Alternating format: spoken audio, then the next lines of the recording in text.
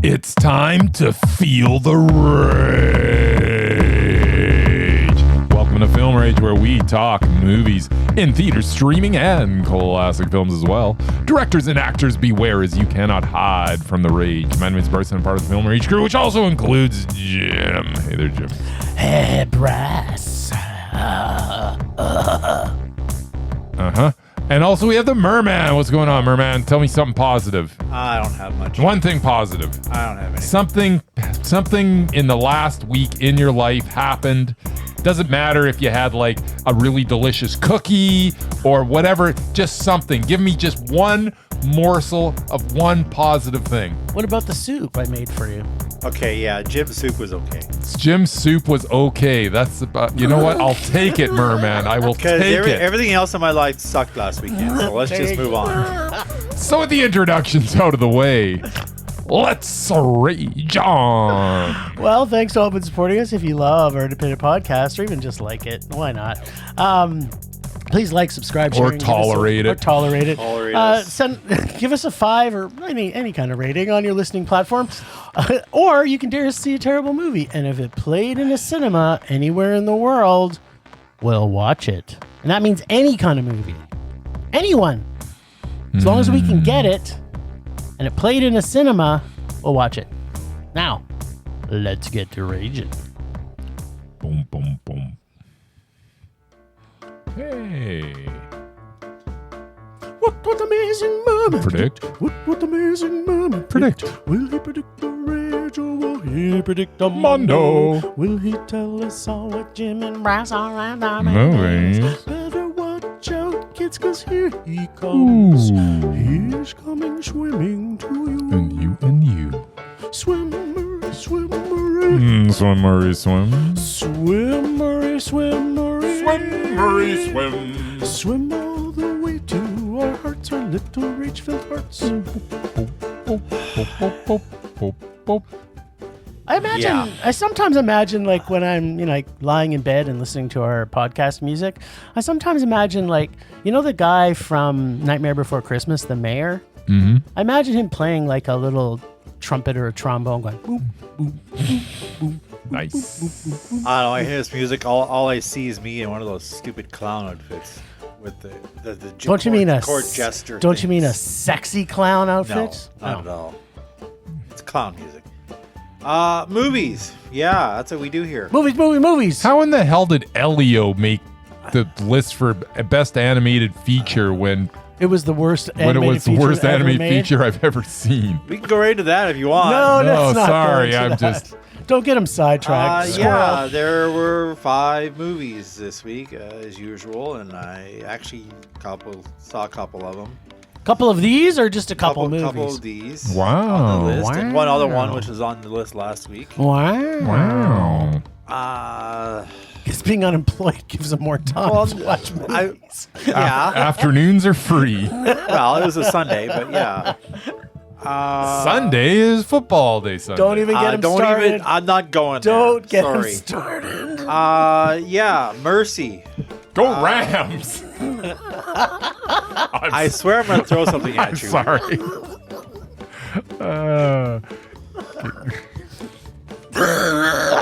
Mercy, okay. Mercy. Go ahead, get it out. We got 7.5 hours. He's done. He's done. Mercy. Ben Affleck sucks. Just saying. What? It's so true. Yeah, Mercy. Chris Pratt strapped to a chair for 90 minutes. Yeah. That sounds awesome. Trying to prove his innocence. A la Minority Report. Which is what this movie felt like. Unless you guys are of the... If Tom Cruise was strapped into a chair for the entire time, it's just like they had Minority. flashback scenes. They had video footage. Anyway, Dear God. Unless you guys are part of the 10% who actually like this movie, I'm going to go double rage. That is probably a safe bet. Return to Silent Hill. No idea where the hell Silent Hill is or why they had to return to it. It's a video game. They returned to it it's a video lot. game. Yeah. Case closed. But it's got violent action and horror type stuff, so maybe double, man. All right. That sounds reasonable too.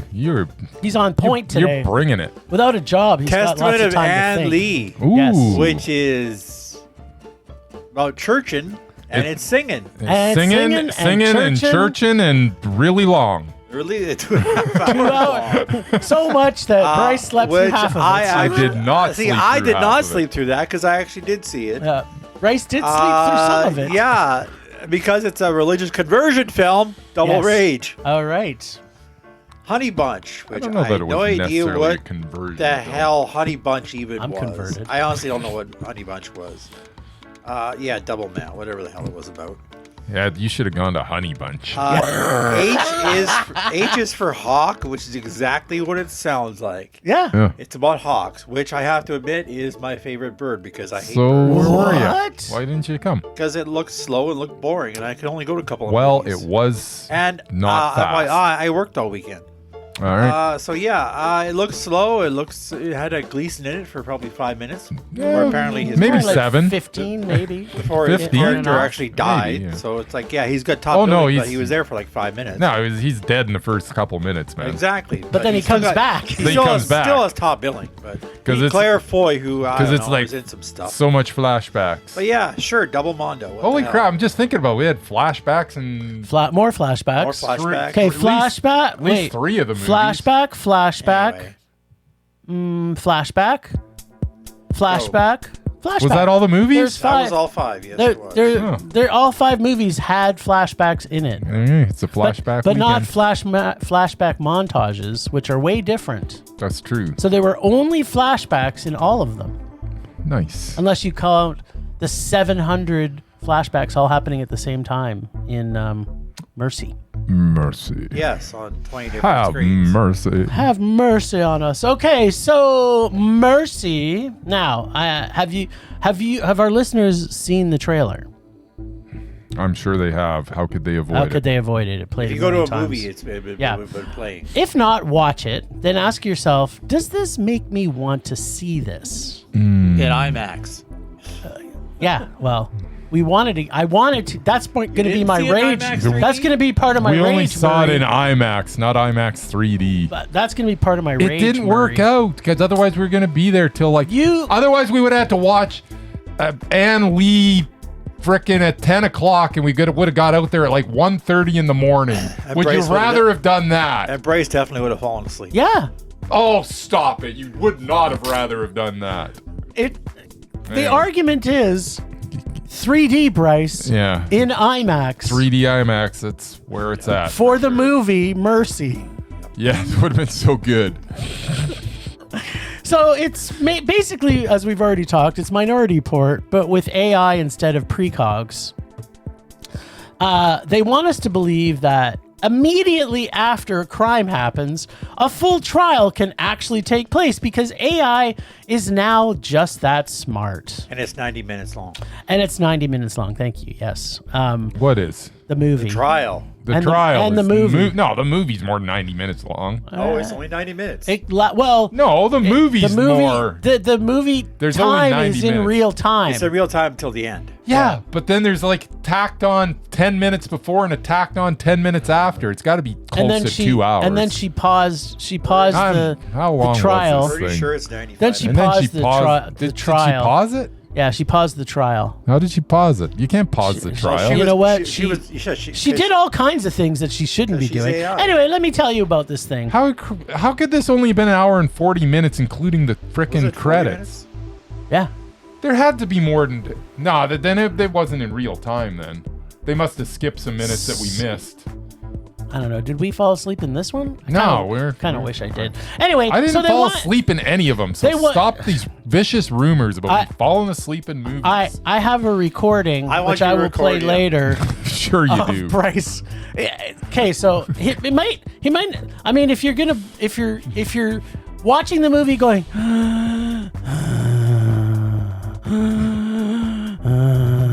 for 20 minutes, I'm pretty sure. That qualifies. I'm going to ask him some questions later, Murray, to see if he remembers certain scenes. Just because I don't remember stuff doesn't mean that I didn't watch it. He wasn't asleep. He was watching it with his eyes closed. And he was breathing heavy as if he was snoring. He was just but because Bryce doesn't snore, he was just sounding like he was sleeping. Anyway, so we're not talking about that. We're talking about mercy. Okay, so they want us to believe that immediately after the crime happens, a full trial can take place because, like I said, AI is just that smart. Yeah. I did not buy this. I also did not buy that an AI judge or that she actually was an AI judge. This is the future, Jim.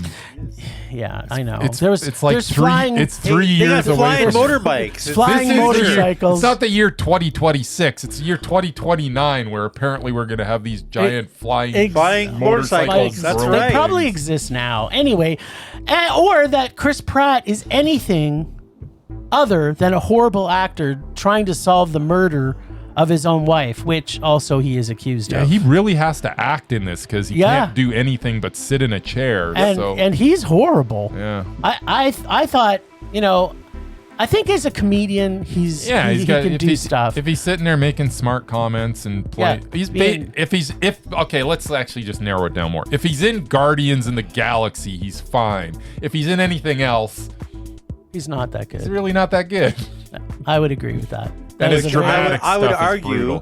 Yes. He's not the best thing about Guardians of the Galaxy, if that's the best thing he is. No, we're not saying he is. We're saying he's the best. What I'm saying is he's ever been. Everybody else in that movie makes him look better. If he's that bad of an actor, obviously it wasn't him. It wasn't him that was the anchor of that movie. It was obviously everybody else. There you go. Look at Murray peeling away the layers. Murray's got it. I think that's it. All right, so this film is made up of a bunch of YouTube-style clips, shaky camera work, and a detective story that manages to be both boring and annoying at the same time, thanks to the ADHD-level editing. It all unfolds in somewhat like real-time, 24 style, while Pratt argues with a robot judge in endlessly irritating dialogue. At best, this feels like a made-for-TV movie, not a made for IMAX movie, which is unfortunately where we saw it. But I still have more rage. Because Chris Pratt told you to. But I still have more rage coming about that. The biggest problem is that they uncover all this information while he's on trial after the death, which completely negates the entire concept of what mercy is supposed to mean. It's stupid, and it feels stupid the whole way through it. Even as new facts come out, I had already figured out near the very beginning, the guilt meter never meaningfully shifts, even in cases where data is clearly incomplete or leaning on a way. It goes from 94% to 0. Well, yeah, but they've already proved that there's potentially somebody else. It's a reasonable doubt meter, and it sits at 94% when there's complete reasonable doubt. And then we're supposed to go, and then she'll say things like, it has to be the facts. Well, Jim, the fact was there's another person. That meter is on the Gerard Butler scale. Oh. Well, why wasn't Gerard Butler in this? Gerard Butler should have been in this. He should have been in this. Gerard Butler could act the shit out of that chair. That's right. Would have been better than Chris with Pratt. An accent. Still would have been awful. Yeah, but it would have been Gerard Butler. So right. So plus, then we get to rate this on the Gerard Butler scale. Well, that's kind of what I was hoping. Do we have a Chris Pratt scale? We don't. It's always a range. Here's the thing, Murray. We have a Gerard Butler scale because in my heart of hearts, I believe that Gerard Butler is a good actor. Yes. He just picks really, really bad films. So I've created a scale to give the guy a little break because I do like Gerard Butler I wish that he choose better projects. That's why I rate him on a curve. Yeah. It's a stupid curve. I'm trying to give him a break, man. He doesn't give anybody. Well, wait a minute. He gives Ben Affleck a break. That's the only person he gives a break. He gives Ben Affleck a break. I just no, that is not true. I just speak the facts with Ben Affleck because he is the finest actor of mine or anybody's generation, and nobody can argue that. I think that Bryce literally just proved the facts about this movie, Mercy. Yeah, is that it's fucking stupid. So okay, now where was I? I don't know. I don't remember. Anyway, so the last 15 minutes happen, and when I say ludicrous, I don't mean the fantastic actor ludicrous. No, I mean car chase with the completely nonsensical and stupid ending that was ridiculously awful. Yeah, but wasn't it nice that we 2 minutes in we had it figured out who did it. Yes. But then we got the twist at the end. The truth at the end. So that was exciting. Yeah, that was needed, I guess. It was needed. Because at least it gives us something. Yeah, well, because then Chris Pratt could say this very important line: "Human or AI, we all make mistakes." Yeah. I'll tell you what, my mistake was seeing this movie. IMAX. It was period. Rage. Here's the thing, Murray. If they put a movie out that they tell you it's in IMAX vision, meaning that you're going to see things in the IMAX that you wouldn't see in a regular theater. Yeah. I'm going to spend the money to see it because I want to see what they're seeing. Doesn't mean that I'm going to like it. 9 times out of 10, IMAX movies are horrible. Mm-hmm. But we saw P.T. Anderson's last film in IMAX, and it was so worth it. It was amazing. Visually brilliant. Anyway, you got to see Mercy. I did. Let us know what you think of Mercy. I saw it at this fancy theater I'm going to talk about later. Oh, You saw it at a fancy theater. You did see it at a fancy I'll theater. talk about that later. Everything I read about this film, I was expecting it to be bad. It was. I mean, some of the reviews I read were brutal. I certainly didn't choose to see this film. It was chosen. Okay. This is what Murray's biggest problem is. He lets his friend pick the movies. Because I've seen everything. He hasn't. So I thought if he wanted to see something I'd seen already, that's fine. There you go. But this is the one he picked. And the location he picked. Chris Pratt was strapped to a chair for 90 minutes talking to an AI Rebecca Ferguson in IMAX 3D, no less. What a waste of Rebecca Ferguson. I will agree. For a big chunk of this film, it certainly looked like it was going to be a rage. Yeah. I did predict who the killer was about 10 minutes into the movie. Like everybody. Yep. I also kept thinking of Minority Report the whole time. Mm-hmm. But there were a few nice plot developments. I was genuinely surprised by the ending. Okay. I'm not a big Chris Pratt fan, especially since he's a damn Seahawks fan. Yeah, Go Seahawks. But he did do a decent job with the film. And I love watching Patriots. Rebecca Ferguson. I love that police flying motorcycle thing. I totally want one of those. For this movie, it was a mildly enjoyable There you go. I didn't hate it. Because of the end change? I like the action. The one thing? Yeah, well, the ending. Yeah, ending was kind of cool. But yeah, it wasn't a great movie, but yeah, I didn't hate it. Yeah, I don't know. Just watching Chris Pratt strapped to a chair for 90 minutes, watching blurry footage come on the screen, watching second. It's as if everything in this movie was literally designed to irritate me. Like, I don't know what they were doing with this. And why is this?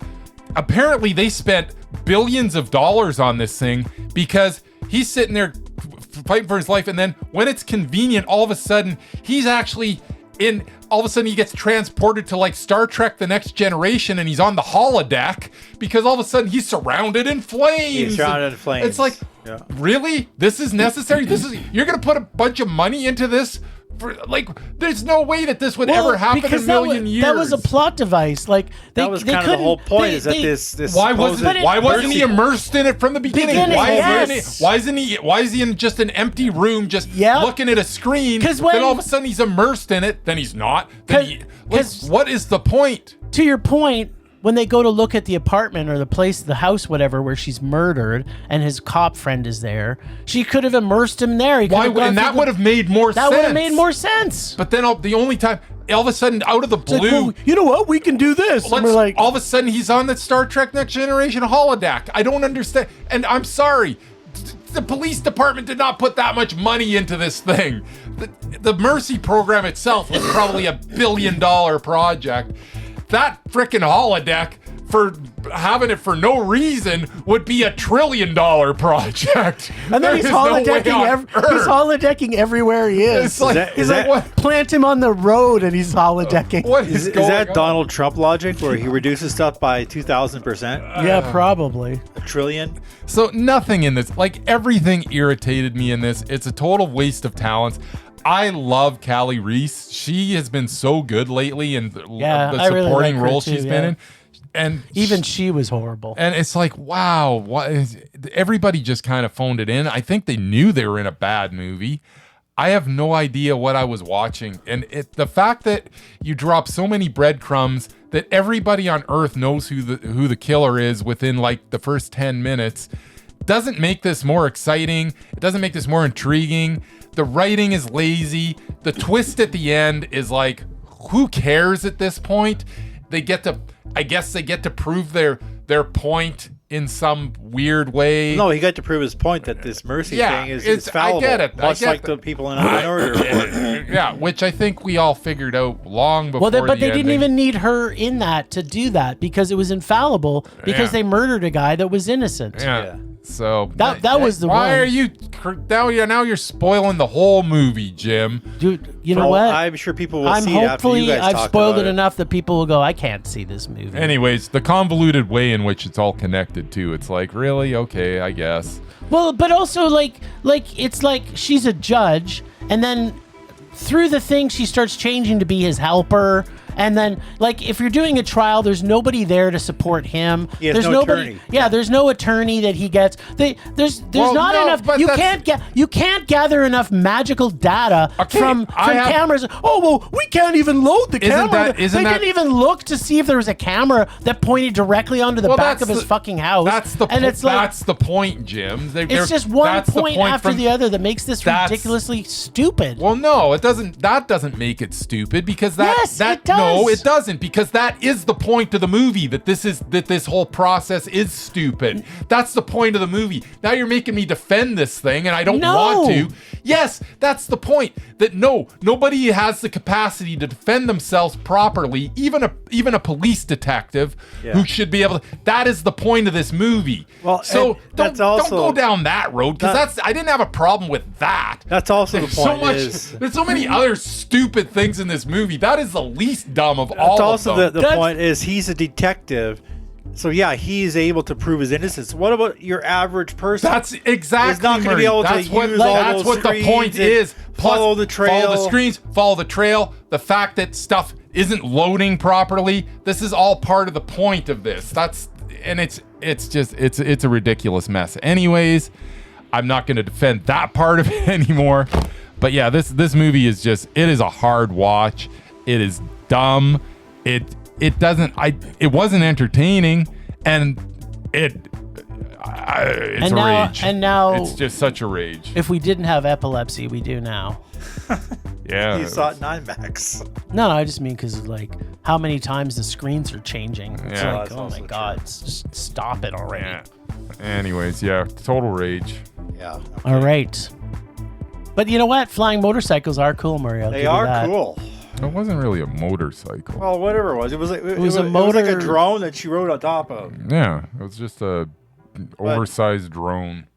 That you rode like a motorcycle. Yes. Well, She had a but it's not a motorcycle motorcycle. Motorcycle has to have wheels. It had no It had wheels. spinning flying wheels that went motorcycle. flying. No, those aren't wheels. The wheels were turned and it was It has to spinning. land at some Wheels point. roll, buddy. No. Things spin. Helicopter then. Yeah, it's more of a helicopter than a frickin' any type. Helicopter motorcycle. Why are we talking about this? Can we move on? Because it was the only cool part of the movie. Because the only cool thing on the movie. No, it was all dumb. No, that was cool. Okay, well, we better have these by 2029. That's is all. right. I want. They probably have I'm them sure now. the American That was when government this is was right on that. This was supposed to take place in 2029. They did say that, right? I'm pretty I sure don't they remember. said that. Yeah, I'm positive. You know they said what? I- 2029. Well, I if, stopped caring 2 minutes into the movie. if their government will stop killing people in the streets, they might actually be able to work on scientific achievements. Maybe. Who knows? But they should do like Mick Jagger and David Bowie. Bowie Dance in and the actually street? just dance in the street. Yeah. Yeah. There you go. Everybody, that's That's the solution to People everything. on the streets. Oh wait, that's a different song with David Bowie. Yeah. All right, okay, moving on to Return to Silent Hill, Murray. Yeah, sure. So, like most video games, this is one, although even it know what takes to say place about this in a one. movie theater, it's ultimately the never-ending story of a dude named James who's on a never-ending journey to save his girlfriend. Never-ending story. Yes. Thank you, Bryce. That was beautiful.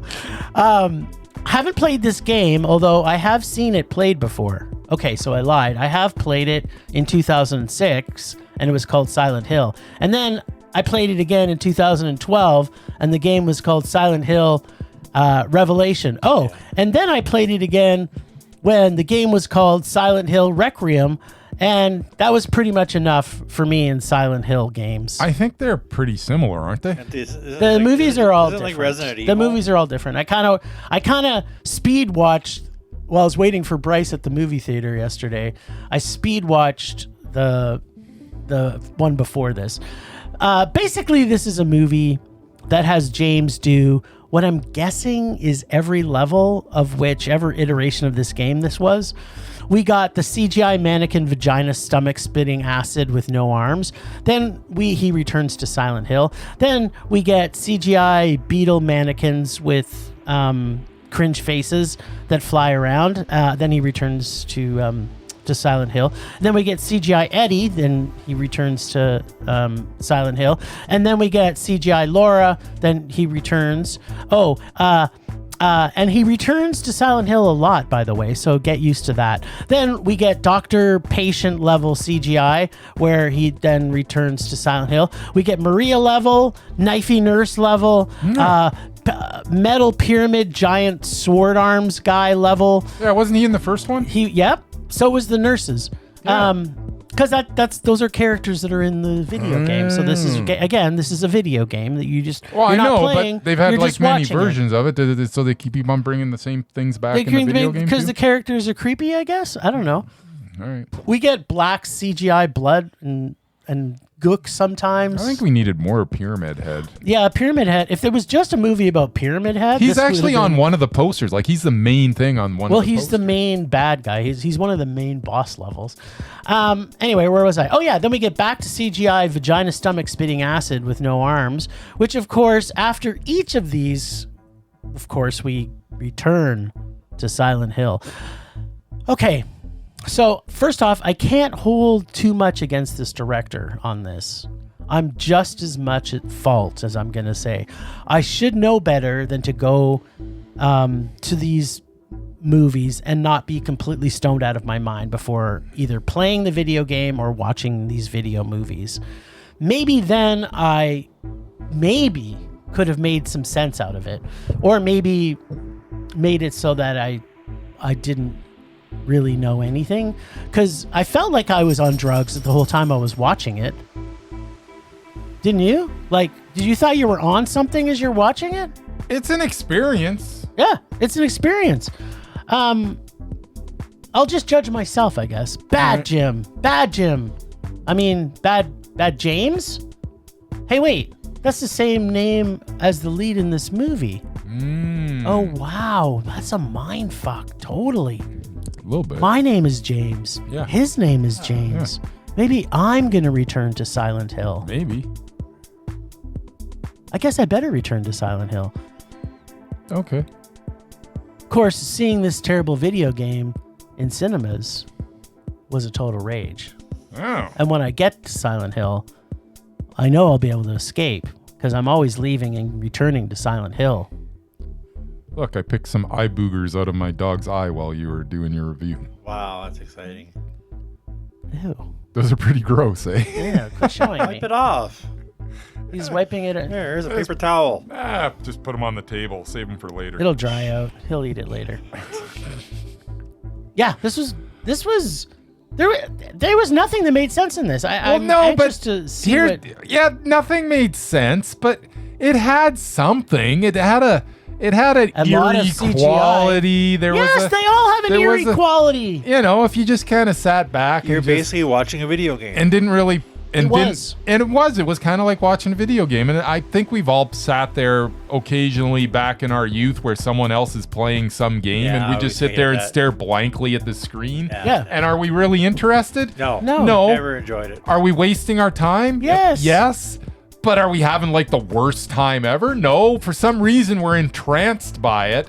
And it's a strange phenomena that we can sit there and watch this play out on the screen and just be completely entranced. And you're getting nothing positive out of it. There's nothing. It's not making you think whatsoever. It's just absolutely mind numbing.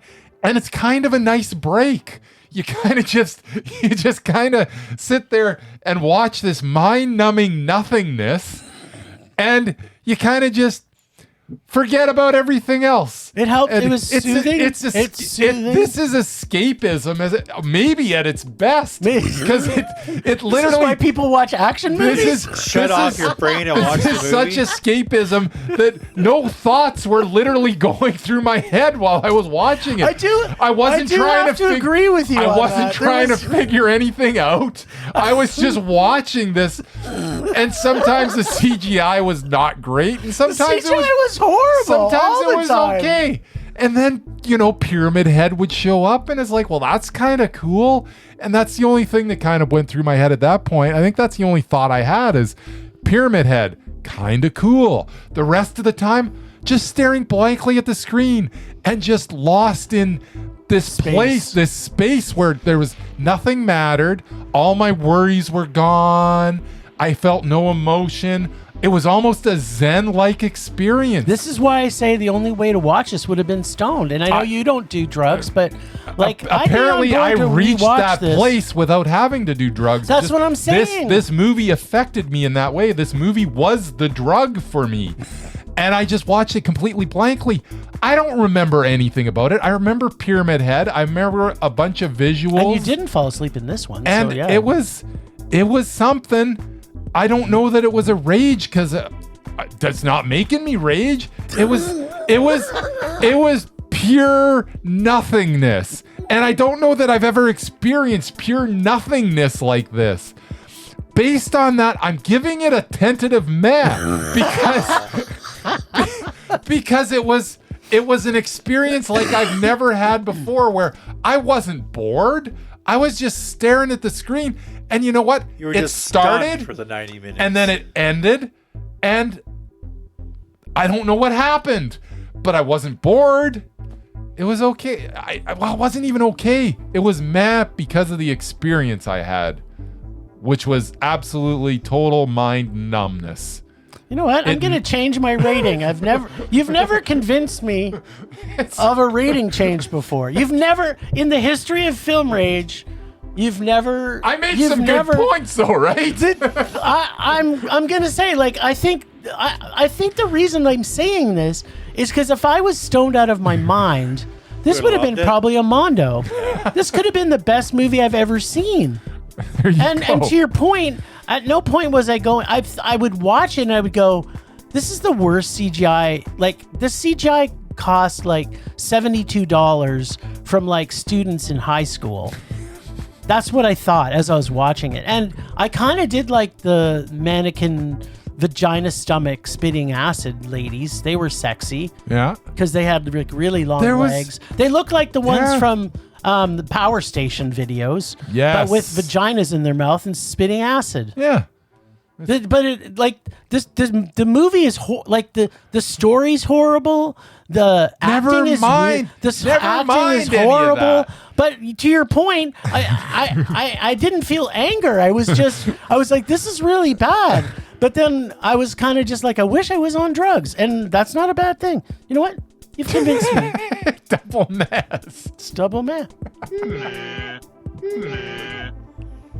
2 for 2. Wow, that's nothing that's ever happened before. There you go. This is a Film Rage. Film Rage first. Well, I can't FRF, wait. baby. I can't wait for the next one. Yeah, so that might be our title for this episode. What's that? Bryce changes Jim's rating. The first time ever. All right, so The Testament of Anne Lee is the musical reenactment of the testament of a young chaste woman who was deeply creeped out by her parents fucking in front of her every night as a child, who joins a church cult, I would say, a little later in life, called the Shakers, aka Shakin Quakers. Yes. Who writhe and sing and scream and dance in godgasms as they repent and pray. Who ends up getting convinced to get married, then has uncomfortable sex with her husband, Many times. who his idea of foreplay was light spanking followed by ramming it in dry. Are you sure that was his idea for play? Because we have the scene early on where she gets spanked by her father, and I think that might be her instigating that. Well, And then no, he was because- into it. he slaps her hands with a freaking whip. Yeah, also... Not the same thing. No, he didn't. Yeah, he did. He did that too. You fell asleep through that. So, Yeah, no, which he dared to say something about about the No, fact hands on the hands on the table. on the He, table. Like, whipped her. No, with That was he the was dad. behind her. Yeah, no, that was the dad. 100%. The hands on the I thought it was- table was thought it was the her dad. hand. Hands That was on the her hand. It was table. the dad. Yes, but hands on the table. But that was just Yes. so Yep. that he whipped her bum. He didn't touch her hand. Yes, show that. you're right. Thank I you. thought it was You're the right. hand. There's No. there's bumming. And I think that's the connection there. And Anyway, I don't. I disagree with you only from the fact that I think he that was she- he was I think ramming she it in dry. Yeah, but I think she equates. No, he basically raped her every time. No. Yeah, she What? didn't want it. No. Well, okay. She said no. There's She had no there's- choice. No, She didn't say- she she said never no s- eventually. Yeah, eventually. Eventually, not initially. Yeah. So okay, let's get back to the point here. What's the point? Sex for her was gross. So Yeah. she soon loses 4 kids, Yep. all before they turn a year old. Then she ends up in a sanitarium because of the kid death sadness at all. And when she returns, devotes her life even further to God in such a frenzy that she ends up in prison, where she starves herself into mental and emotional depravity. Whew, so much that she believes she talked to God, and he said, "Stop having sex." No sex. And only be married to him / them / Jeebus / Jeebus. the dude. Which she convinces the other cult members to also become celibate and make her their new leader. Which most of the men didn't like that. I'm like, Including her husband. I'm like, I don't understand why. I mean, they seem to have it pretty good. The look on her husband's face was like the best. Dry, it was dry ramming, spanking. They had everything going for them. And It he's did like, seem to me. sorry, what? Celibacy? Yeah. He's the look on his He's face. like, Well, what? yeah, because every He's like, time what? she had sex with him, she had a kid and it died. Yep. Yeah. That would Well, scar me in there's it, too. multiple reasons for her. Yeah, there's It did seem to me It all- like a very short-lived cult, though, because if everyone stopped having sex to get to God, then all you die have off. basically one generation to get there, and your cult ends. Or am I missing something? Oh, no, they brought in other people who had kids. You're right. That's how. Okay, I'm gonna get to that, Murray. After getting bored in Britain, they decide, let's go to America and build During the revolution. build their culty non-sexness with a woman leader over there in America, which didn't go over very well with the men in America No, it either. did not. Because men are dicks. We already seen this. It's already been Especially established. when you give them guns. Then we get more songs and dance, and celibacy Yep. ensues. In America, they call her a witch, a sinner, and a whore. And at one point, they beat her within an inch of her life and kill her brother. More songs and dancing and celibacy ensues. By now, I totally get this Anne's motivation. If you are unduly creeped out by both your parents' sex and your husband's awful sex habits, then I'd probably start a cult as well. I was just a little surprised at how easy everyone else just went along for it. But then again, I think any good cult leader / salesperson ain't worth their salt if they can't convert a few people, or at least a few hundred people. And if they're all having fantastic godgasms, which I mean, some of these godgasms would go on for hours. I mean, if I could have just one of those godgasms every night, I might give up sex. I mean, They looked like they were pretty fun. Right? The godgasms looked all right, I guess. Yeah. I mean, without sex, they sure were productive. They got that little town put together in like no time. This musical, though, was so brilliant, as well as the choreography, along with the songs and the chants. It just added so much to this whole gothic tale. I'm not sure what all was factually accurate in this, and I don't really care. This is a beautifully crafted gothic religious folktale that has Amanda Seyfried in her most transcendent and captivating role of her career, in my opinion. I love this film. I loved her. Wow. They were both absolutely mondo. I have a couple things to unpack, but Murray, you saw this. I'm surprised. I did, and I didn't enjoy it as much as you did. I thought you would hate it. Yeah.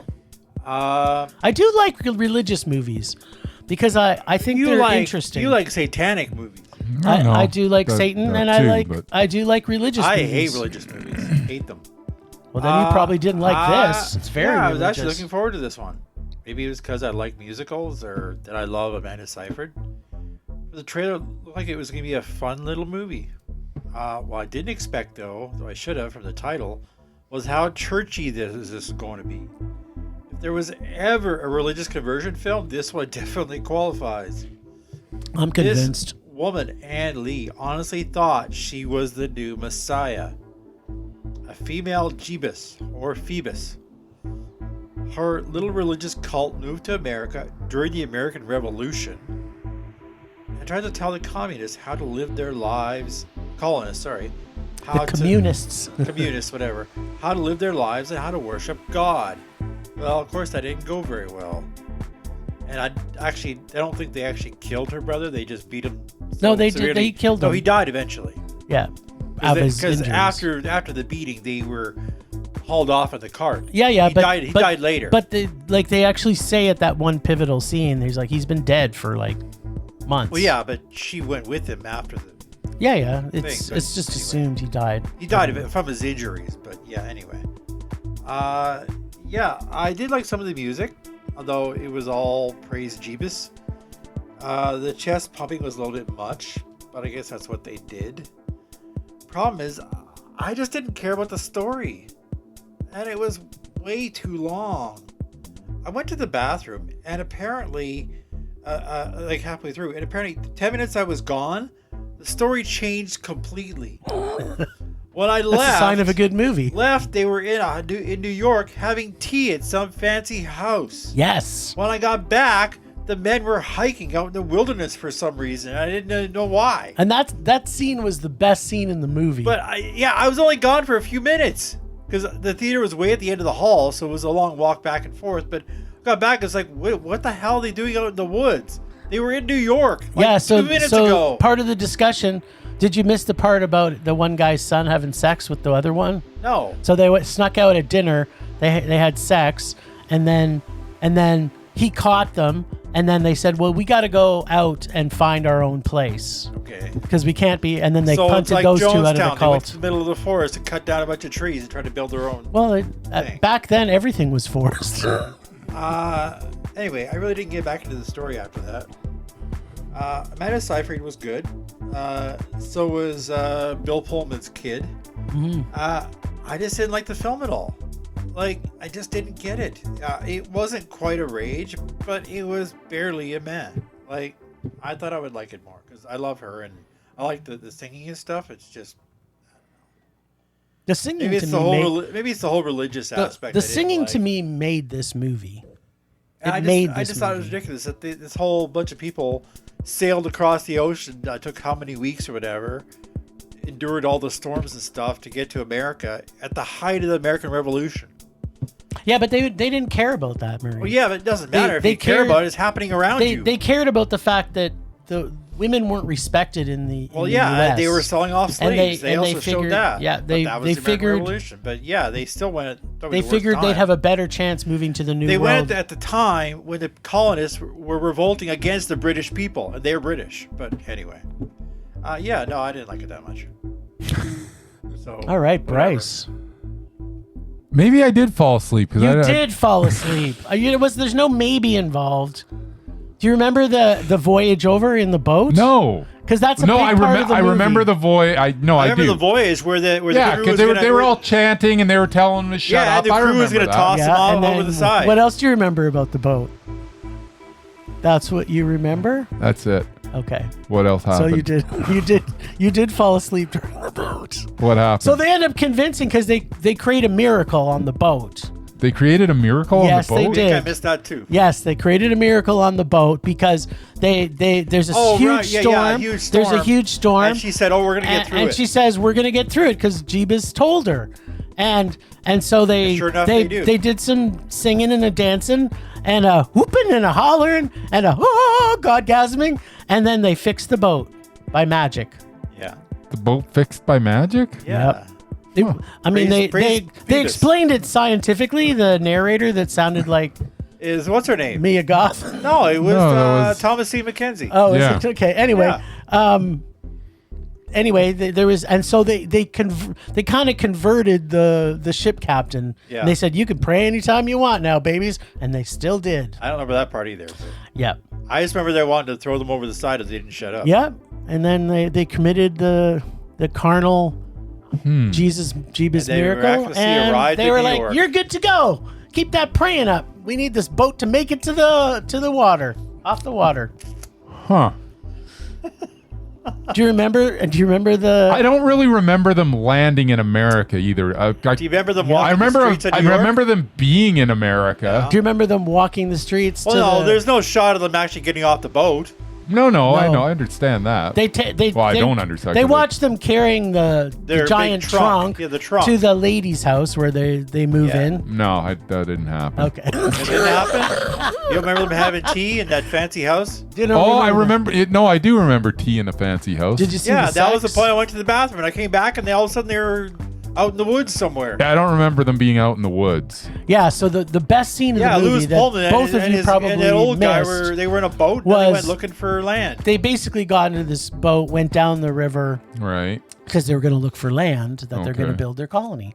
And they're sitting there in the middle, and all of a sudden his finger starts twitching, and then he starts singing, and it's like, Yeah, it's one of the most intense. And his finger's like, and the finger like pulls him towards the his direction. finger pulls him, and they're have to go this following way. his And finger. he starts singing about how I was he's being laughing pulled. like deeply and hardly at his finger. I don't remember this His at all. magic Definitely finger asleep, drives him to this location. Yeah, his magic finger and- directs Okay. him to the and land. they find this fantastic location Huh. where that's where they build their colony. Okay, so With in huge in buildings your and glass estimation windows. of the 2 hours and 17 minutes, Yes. how much of it do you figure I was awake through? I would say 85%. Oh, well, that's pretty good. Yes. But I seem to have missed some pivotal may things. have. You missed some big scenes, yes. I don't know that I can give a rating on this one because I don't think I You actually. can give it a sub rating, and I then thought I'd watch watched the movie, but apparently I got the Cliff Notes version. You bookended it That's right. because you saw the end and you saw the beginning. There's a chunk in the middle that you Yeah, kind of you missed. saw her when she was a kid. You saw her die. I did see the very end, yeah. You saw the prison scene with her, where she got converted to being I gotta kind of. Jesus. Yeah. What? when she became Jesus. You saw that part, Yeah, right? And then she became went the new back. Messiah. Maybe. Okay, so yeah, you can't rate this. No, guess not. There's no way you can. I thought I stayed awake, but it's no wonder it felt so disjointed to me. Yeah. No, it was very linear and very clear. It's a very clear linear movie, It was. and it was beautifully shot. I will the say tone that of this movie is so good. It really looked good. There's no question. of Yeah, that. it's beautifully shot. I The can't choreography in wait this to watch it. The choreography in yeah, this by all means, go do it again. is so well done. There's scenes in this. I got mesmerized by the scenes in this. I was just like, Oh no, it was Eating very, it up. That, Yum, that, yum, was, yum, yum, that was yum. the whole point with the chanting and the singing and the dancing Yeah. around. That was the point. it was so good. And I just didn't care about this woman. Honestly, I didn't. I thought, you know what? Kudos to her because Oh no, she was awesome. after watching this, I went home and did some research On Ann Lee? on the Quaker, on the Shakers. Yeah. And so you've heard the term Shaker furniture. No, That was designed by them. Well, the the thing Shakers. well, two things I had problems. One was the husband, who basically, once he found out he wasn't getting sex anymore, still followed her all the way to America on that boat and risked dying. Yeah. Only to like leave her. Yeah, when but she he was said no. he didn't have really work over where he was, and so he was going to the What new else land was he gonna anyway. do? He didn't believe in the movement. Why the hell would he go with them? Because you never knew. He could be. The thing they didn't show of him is he could have been porking somebody else. he seemed He like was an always asshole. off working He somewhere. seemed like an asshole from the beginning, anyway. But the he other thing is, he was just a they're man in the building this- 1700s. He wasn't They're building this. What do you expect? Well, something not. all men in the 1700s. They weren't all like that. Just him, yes, apparently. all In of the them. 1700s, absolutely they were. They were Well, everybody. not the ones around her, anyway. Well, that's because she and the did other such a thing good job. was, yeah, it like Jonestown, where they cleared all the trees to build their houses and churches and stuff. And I'm like, where the hell did they get the glass from? Because they all had nice glass. Because they in those came windows. with a truckload of money, Murray. I don't know about The guy truckload. sold everything. The guy that was fairly Yeah, well off. he was pretty well. He was pretty well to do. I just he had a sold problem with how everything. fancy and modern those buildings were. 'Cause they're in the middle of nowhere. That's what. Okay, well, go to Heritage Park. You can see some of the buildings. They're of that the was same 1800. era. That's different. Well, they still have 1700 stuff that was pretty good. Like, I don't know. I there's had a still problem believing places it. that are in place in Europe that look as They good didn't as even have that. roads there. But yeah, they had glass windows. Anyway. Yeah, move those are on. things. All right, we're going from good old America. Oh, I was just gonna say the thing that was interesting about this was that this particular cult / sect of Quakerism is still around today. It's very like there's maybe a handful of people left, but they did keep on with that chastity thing for quite some time.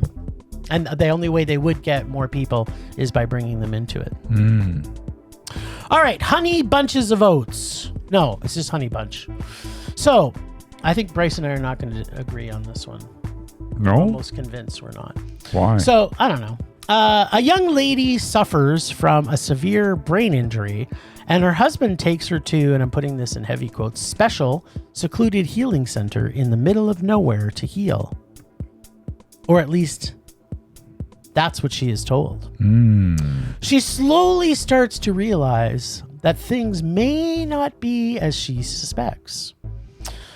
Through the treatment, her memories start to return, but at the same time, we are led to believe that she may be imagining things. Or basically, we are thinking, what the actual fuck is going on here? The directors do an amazing job of capturing the suspense of the situation and do so in such a creative way. This film is a period piece set in the 70s, and the music and soundtrack, along with the atmosphere, is so well done. Like, this is another one of those ones that without the music in this, it wouldn't be the same film. The whole treatment scenes that she's going through to, and I put this in quotes, heal, are so hypnotic and creepy. But that music and the soundtrack just kept you on the edge of your seat. This film then does quite a few things that change direction. And to be honest, as they were unfolding, I was initially feeling, oh God, we have seen this before, and felt that maybe this film is starting to go past its best before date. But as the story just kept pounding out more endings, the story direction changes again. I stopped getting frustrated, and I started really enjoying how the final act ends up. The cast is so brilliant, from our leads played by Grace Glowicki and Ben Petrie, who are both so well cast. I found their quirky, weird chemistry hilarious with the script they were performing, but the ones who steal the scenes are the two amazing bit characters, Canadian / British master of stage and screen. Julian Richings is just... He's amazing. He's in everything. amazing in everything he does, but he is captivating in this as the caretaker. Yep. And the head nurse, played by the always creeptastic and brilliant Scottish actress Katie Dickey. This film will have you questioning your own sanity and wishing that there was an easier way to get your spouse to say I love you.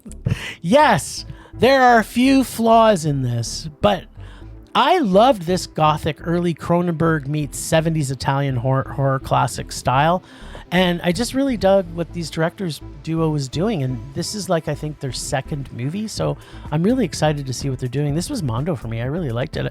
I'm looking for the directors are Dusty Mancinelli and Madeline Sims Fewer.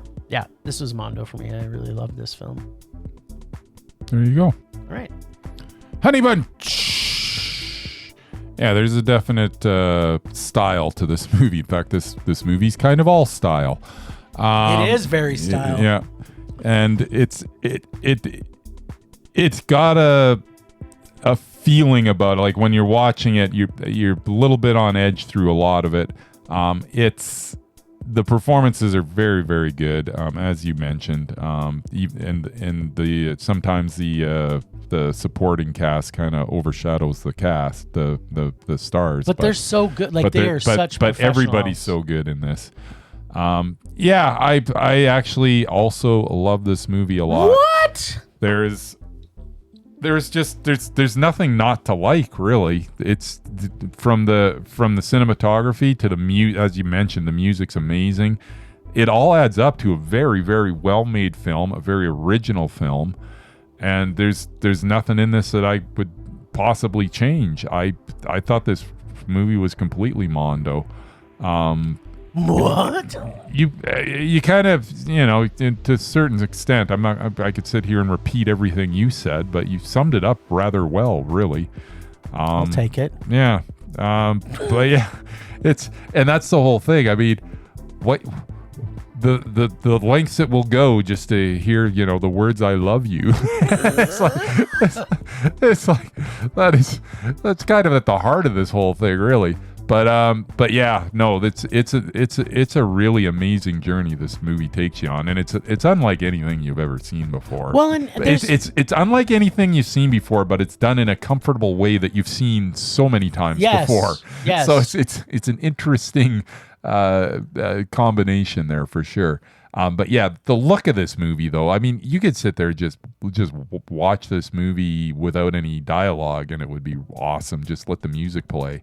But yeah, we've talked about this before too, right? Where this how it's shot. Yeah. This felt like the 70s. Oh, absolutely. Like didn't you get that Italian? Yeah, no, it was like Cronenberg made Italian 70s. Yeah, no, horror. it felt like a 70s Italian movie. There's no question of that. And but with Cronenberg, I mean it's such a good movie. It's just such a good movie. So I don't want to say the ending. No. But the ending to this, like, it did slump a little bit for me. It still had me in its grips. Right. But when the ending came, it's so satisfying. Yeah, like so truly satisfying. And their chemistry of those two. Yeah. So we saw at the cinemas, I think, a clip of the directors talking about, or maybe it was the actors. Anyway, it was one of those clips where they get the directors and the actors talking, and they talked about how the actors were in a play or something together, and the directors saw them and saw their chemistry, and you really feel like the chemistry between them is just so brilliant. Yeah, the comedy, like there's just little tiny bits of comedy in this that there was a lot of comedy in this for me. There are some, there's nothing where you're gonna like bust your gut laughing, but you're gonna laugh to, you're gonna give a little guffaw like a bunch of times, and it's genuine, and you're supposed to. Even the very last scene of the movie. Oh. The very last scene of the movie, you're just like, I don't care how this ends. Yeah. I don't want it to end. But exactly. if you end it like that, where I'm laughing, come on. Dude, left me wanting more. I mean, I wanted this movie to go on. I really did. I did too. Yeah, it's such a good movie. All right, I was wrong. Yeah, well. Mondo! Did you see Honey Bunch, by the way? All right. Did you see this movie? H is for Hawk. You said you saw...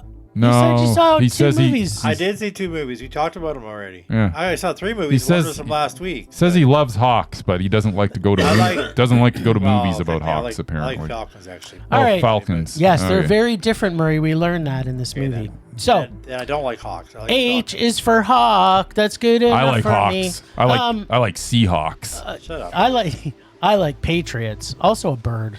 You can both go to hell. Okay, so just a quick question. What was the lady's name in this? Because H is for hawk, but it's also for Helen. Helen. There you go. H is for hawk and Helen.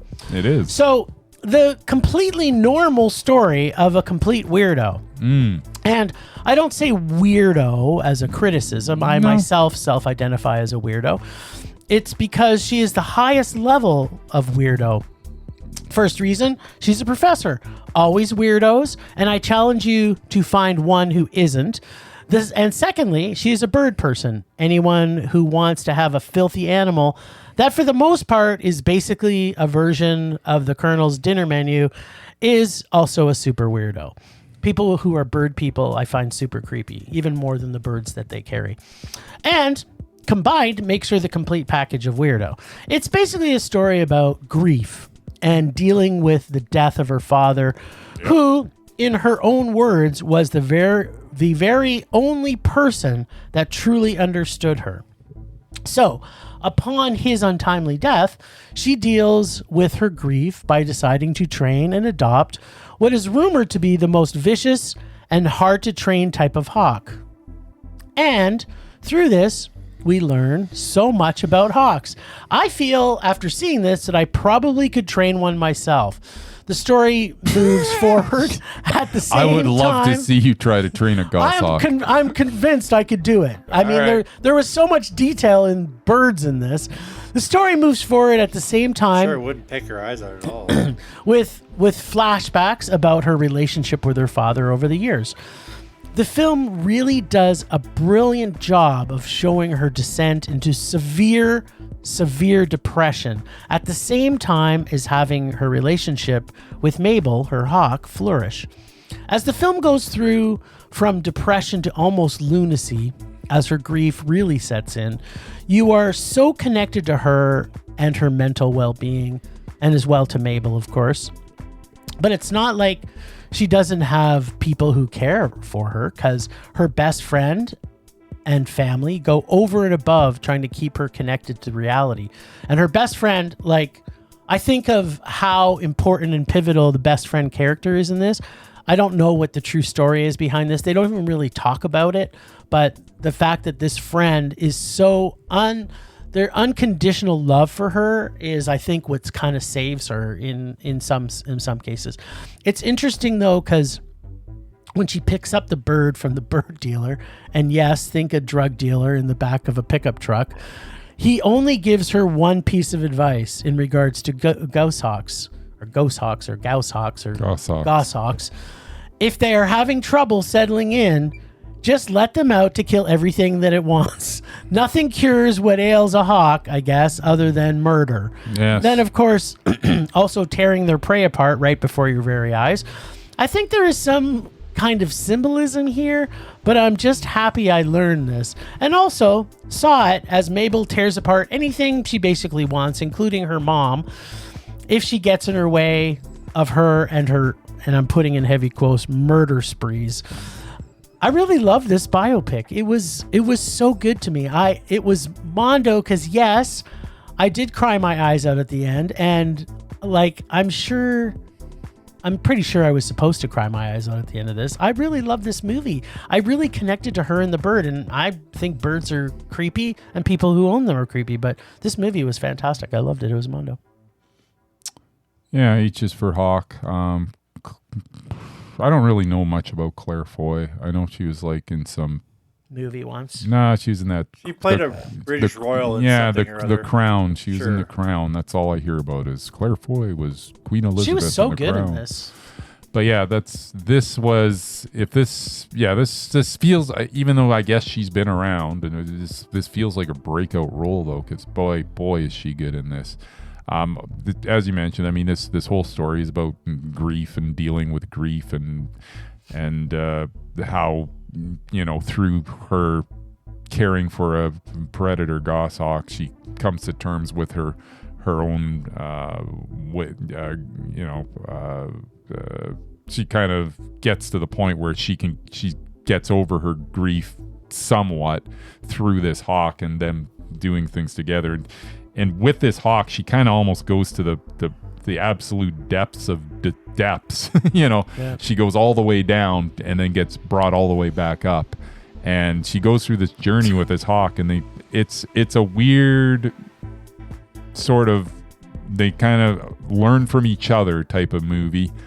And it just was, and for me to say this, it's I like slow movies, but this one just felt a little too slow for me and maybe a little too long. On the back of her performance, it's worth seeing because she is so good in this. But there were times where I was a little bored in this one, and I don't get bored. Yeah. I get bored in like action movies, but I think movies it like was. this- I do think it was a little long. Like I think they could have edited out Yeah. 15 minutes of this, 'cause but I there was was- too there was- connected to her character. Yeah, there was a lot of, like, I felt like there was a lot of repetition in this movie. They really wanted to drill home that she was in severe depression. Yeah, they sure did. But yeah, it was almost a little heavy-handed in that respect, and that's what kind of brought me out of it a little bit. But it's still a really, really good movie. Supporting cast is great. Brendan Gleeson's always fantastic, and he is again here, even though it's a bit of a bit part. Well, I guess it's not a bit part, but He's in it more than you think because he dies nearly right near the beginning, Yeah. but then he comes back in flashbacks all the time, and there's a lot of pivotal scenes with him in it. Right? And honestly, any time I get to see Lindsay Duncan is awesome. Like, she plays the mother in this.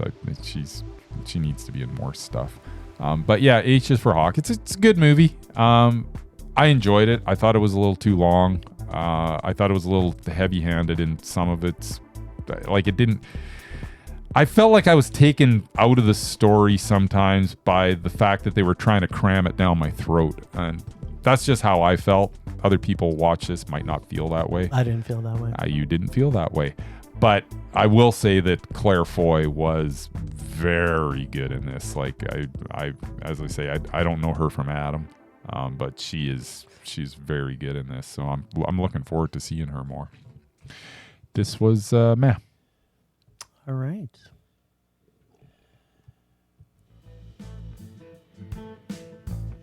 All right, my original plan was to talk about Rachel McAdams, Canada's sweetheart, who just got her Hollywood Walk of Fame star.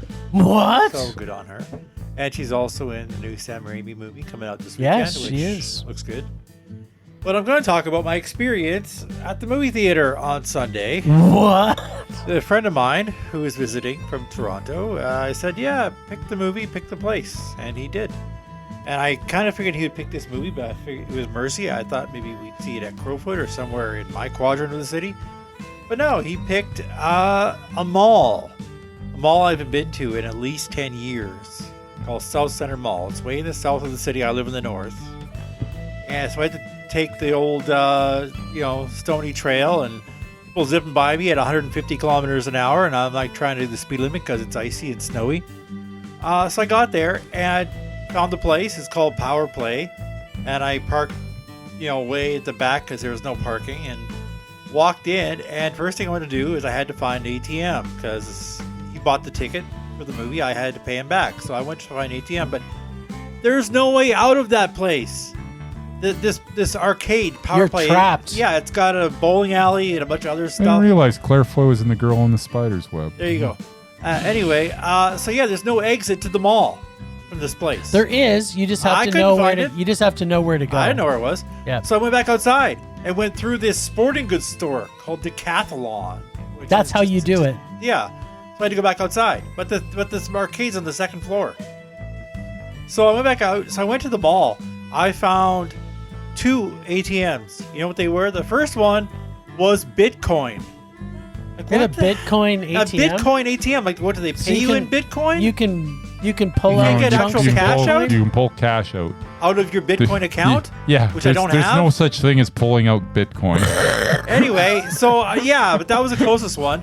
So then I looked on the map, found a different one. I pay you in chunks of Bitcoin. Yeah, the second one I found was Manulife. Manulife has a bank machine? They have an ATM, which I haven't dealt with Manulife since I worked at the TV They station. have bank accounts? Apparently. So it would charge me $3 in service charge to stick money out to pay him back for the ticket that he bought, which, according to you, was like $25.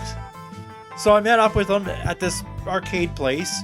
I unfortunately watched the end of one of the football games, which didn't go the way I wanted it. Let's just say that. Then we went into and then I was going to get a soft drink because I had candy with me. I was just going to get a soft drink, and he informs me that it's like the VIP landmark and the South, where you pick out your stuff, but you have to go through this, the swinging door, and he says they only accept credit card at this concession stand. So the other option is to go into the theater and have him bring it to your seat. Like, okay, fine. Like VIP. He likes the VIP thing. So we went into the theater, which went up the stairs, and the theater, it's got maybe 50 seats, maybe. And so it's like Bryce's basement. Yeah, and there's only one door. It's one single door where you go in and out, which I guess is good because there's only 50 people in that theater. And so we sat down, and she brought us the menus, rang the little buzzer thing to have them over, and I was gonna, because he covered other stuff and the ticket, I was gonna buy his concession. He ordered a pizza and a soft drink, and I went to use my debit card, which they said they took 3 times, wouldn't accept it. I'm like, what the hell? So he ended up paying for that. I only had a drink anyway. So yeah, we watched the movie, which again wasn't great. But yeah, it's basically a glorified arcade with a movie theater in it, but it's got like 5 or 6 theaters. It's independent. It's not Landmark, it's not Cineplex. It's just independent, but they have newer movies. Yeah, they only play mainstream stuff. Like $25, and the seats wasn't that comfortable. I'm like, so yeah, I don't think I'll be going back there. It's just and the games are all this high tech stuff, and I'm like, I'm more old school. You want your pinball? Yeah, and or Space you got Invaders Pac-Man or something. But yeah, this was like newer. Like it was Lego battles, like Lego, and you're like shooting stuff in the air, and I'm like, nah, I don't think so. I have a full bowling alley too, and a bar. Yeah, I mean it's another one of these new recreation centers. Sounds cool. It's not worth everything. The money. Yeah, like $25 for a movie. You've made me want to go. I still haven't been there. You go then. You go, girl. And how much you love your arcades. Mm-hmm. But yeah, no, I didn't like my experience. Then we went to Canyon Meadows and saw a movie for $5. Nice. So there you go. Sweet. So that was worth the money. There you go. It's always worth the money. Yeah. Temperature rising. Vision blurring. Claire Foy was in First Man. Taking over. There you go. I kind of forgot her in all these movies. Go on that. Yeah. I'm just baffled that I don't really remember her, but then I'm looking back and I'm like, oh yeah, I remember her. I guess you now. got some watching to do. Well, no, I remember. Now that I look at it, I remember. You know, he is old, Murray. He is super old. Like she's pretty pivotal he in falls First asleep Man. during Like movies. she's got a big time role. She plays Armstrong's wife in it. because she's a great actress. What do you get No, she over it is. already? All right, so my rage this week is that Bryce. Bryce doesn't know Claire Foy's catalog, and he won't She stop was in- talking about now it. I remember her in Women Talking too. She's really good in that. Yeah, she was amazing in that. All of Us Strangers, she was really good in. Yes, like she's not. You're just. I'm an getting old. idiot. I just can't remember You're anything. just an Because idiot. you watch 1,000 movies a year. All right, but how so could I not remember she was in all these movies? other than Bryce, I have 2 rages this week. Number 1 is, well, you know what? I'm not going to put this as a rage because I changed my rating of Return to Silent Hill. So my rage this week is the fact that if I'm going to have to see the worst movie of the week that I have to see, and it's supposedly made for IMAX, I want to see it in the most possible IMAX-y experience, and I want to see it in horrible 3D, because nothing would have made this more satisfying than to see Mercy in 3D in IMAX. So that's my rage this week, is that our schedules didn't work out, that we could see this in horrible Didn't waste 3D enough money on this movie. You with want a to waste more? Yeah, that's what I wanted.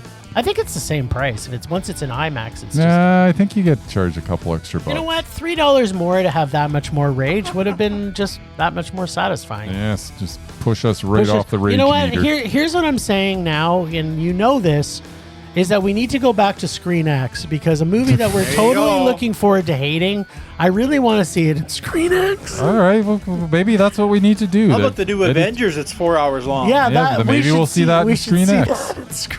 Maybe they've eliminated Screen X though, because I don't know. Is it they still No, it's showing still things around. in Screen X? I think they still are. Are people still going to that because it's the stupidest thing that's ever been invented? It's And pretty surprisingly, awful. it's actually the same price as like IMAX or AVX. Like, Yeah. It's not that much more. Because they think people.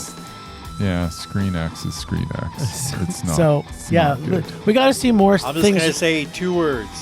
Snow White. That's the last thing we saw on Screen X.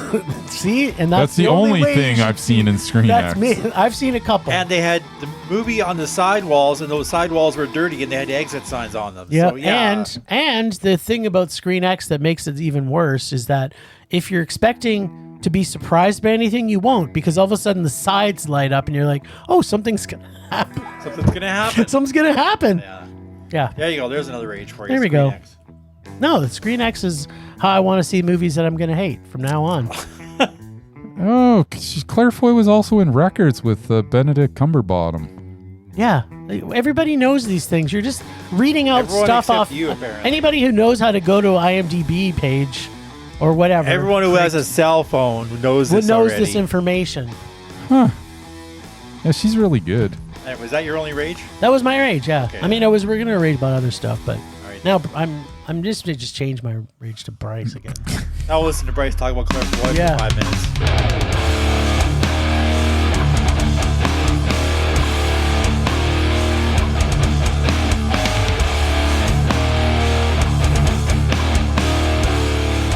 Okay, my rage is sort of opposite to Jim's. My rage is that Mercy was in IMAX because I don't understand why you would put a movie in IMAX about a guy that's sitting in a chair. Yeah. Like, why in the hell is this movie in IMAX? A guy sitting in a chair, and then you're looking at like cell phone footage. And how is any of this YouTube videos. in YouTube videos? And like, why? How is any of it? And body looking at cam. the social medias, there is a lot of the social medias in this. We got a And flying motorcycle. Why do I need to see this in IMAX? There's we saw- absolutely no reason for this movie to be put on an IMAX screen for you to charge me extra to watch a guy sitting in a chair in IMAX that eventually ends up on the Star Trek Next Generation holodeck. This is garbage. Because the holodeck was on the highway, Bryce. Yeah.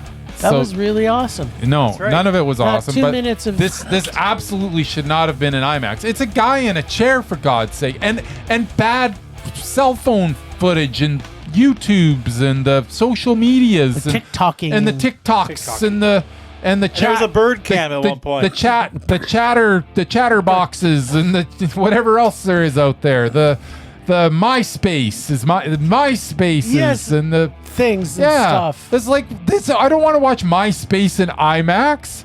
This is stupid. So yeah, that's my rage. All right.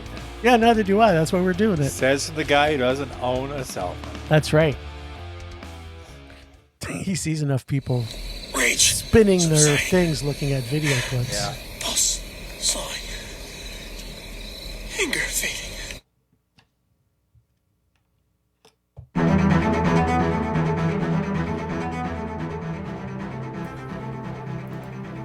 Last time on Rage or Dare, Jim ignored warmer climates entirely and skated straight into the tundra, picking the hockey sports comedy Mystery Alaska. Because nothing says fun like ice beards and a stellar cast. This week, it's both our little rage brats' turn to Rage or Dare. As per usual, the God of Rage is always here to do his share. You know, to feel the rage. Come on, Bryce. All right, let's check in with little Jimbo and see if this all-star and one mesmerizing cast can accomplish what science says is impossible, getting Jim to give a mondo to a sports movie, and a U.S. hockey movie, no less. Folks, do you believe in miracles? 'Cause this ain't one. And I'm proud to be an American, where at least I know I'm free.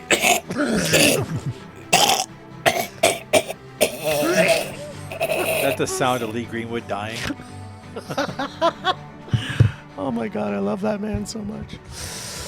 All right, we got to put Casey a little bit into our positive thoughts and healing as he went for is he some not feeling surgery too well? this last week. Oh. So I wasn't even sure we'd get a clip from him. So yeah, feel well, my dear friend.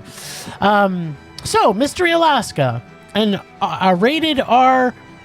I'm putting Rated this R? in heavy quotes, comedy about a hockey team in Alaska. That's right. I think the R stands for Ridiculous? let's not say the word aloud, but more on that later.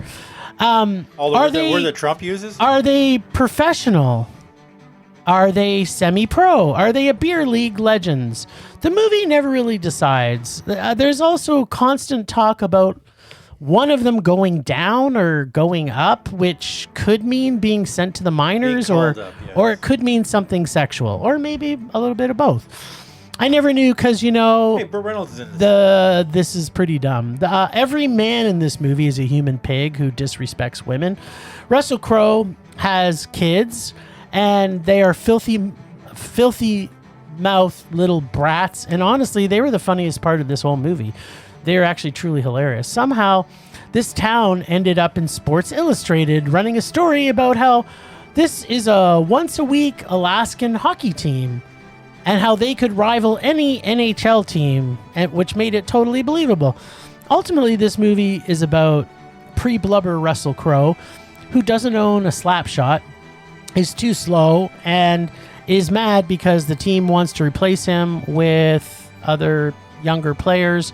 I guess the up and down thing for the big Saturday game, because suddenly now they only want the best, because that's the up and down thing, I guess. I don't know.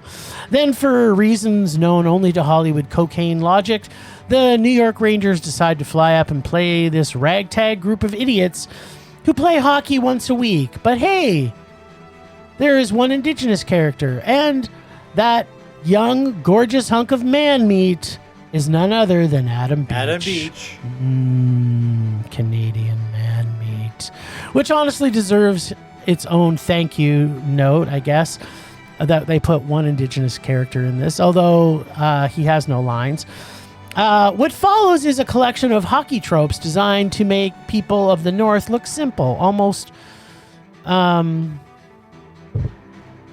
don't even know how to explain it. We have almost snowplow sex, rugged masculinity nonsense in a town that is supposedly, and I'm putting this in heavy quotes, Alaskan, but looks absolutely nothing like Alaska, more like Hollywood otters on a soundstage. I say this as someone who has actually been to Alaska more than once. This town is the furthest thing from reality. It looks like Hollywood actors on a Hollywood backlot pretending to be cold. Not one believable beard in sight, except Burt Reynolds' perfectly coiffed, suspiciously clean facial hair. Anyone who's ever been north of 60 knows every single person has a beard, including the women.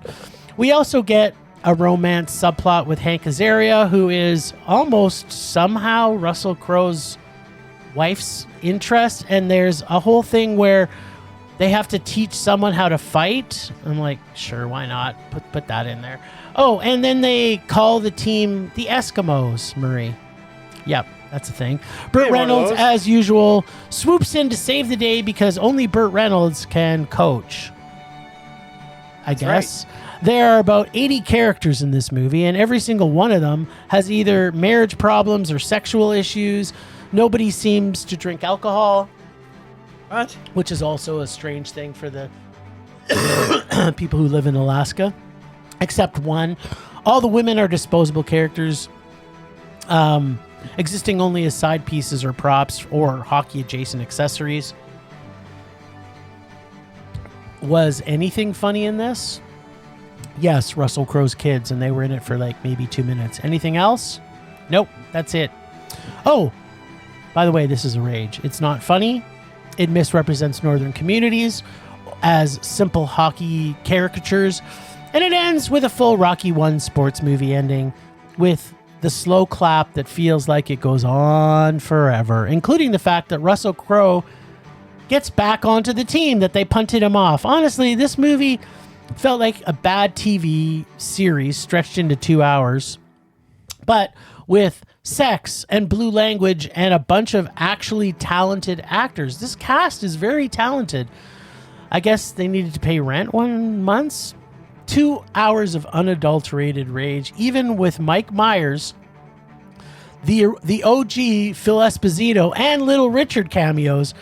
If only they had 2-hour movie about Russell Crowe's kids, then this might have been something. Oh wait, that movie was Mighty Ducks. Never mind. This was horrible. I remember liking it. I like sports. It doesn't movies. surprise me that you would. I like sports This is a movies, I like Murray Russell movie. Crowe. This has nothing funny that I found funny. FYI, this movie was loosely based on the 1905 Stanley Cup game between Dawson City Nuggets and the Ottawa Senators. That's sure. what they based it. I'm sure it was. And of course, it was shot in DC, really loosely So based. loosely. Yeah, I mean, the fact that, first off, the New York Rangers would go up and play a beer league team, and then have it that their game is so close that it's off by 1 goal. Like, it would have been like, yeah, it just, Hey. everything about this was ridiculous. Monty Brewster played the Yankees and almost beat them. Yeah, that you would go. make sense. If these guys play once a week, Murray. The Rangers are constantly training. A dare bag from the audience. Casey's dare bag or Merman's Pick Casey's. bagel rage. In the hospital. No, he's not in the hospital. Oh, he No. was in the hospital. He's out healing. I'm gonna I don't know. I'm gonna go dare bag from the audience. We haven't done that in a while. Yeah, Plus, do it. Not a Plus, whole I lot feel in like there. watching something good. Really? The listener's dare bag of meh. Yeah. They always bring the meh. Boom, boom, boom. I don't even know what this is. Collision course. I don't even have a I've date heard of on it. it. I've heard of it. What's collision course? Well, Collision. sounds familiar. I want to say Natasha Henstridge. You want to say Natasha Henstridge? Then go ahead. Say Natasha She Henstridge. was in it. I mean, Ice Age was collision course. No. Oh, No, with it's Pat Morita. Pat Morita Jay and Leno Jay and Leno. Chris- Siagi. I've seen this. Yeah, you're gonna see it again. I saw this on There's VHS. more than one. Uh, It's 2012? what's the This one. 2012 No, one? It says that's- Al that's Waxman in 1989. it. There's more than one with the same This title. has but Al Waxman in This it. is Pat Morita. It's 1989. Yeah, I'm gonna guess it's the Pat Morita one, but Yeah, totally. yeah, A Japanese investigator and a Detroit cop. yeah, There you go. Team And up. it's got Al Waxman, the King of Kensington. right. there you go. This may be the It's got- best movie it's that's got ever been made. Chris Sarandon, And Ernie Hudson Ernie Hudson. Damn, kids, you did a good job. and Randall Tex Cobb. So, Detroit crime Crazy boss Arizona. Madras hires men to smuggle a top-secret Japanese-made turbocharger into the U.S. Sounds like my kind of movie.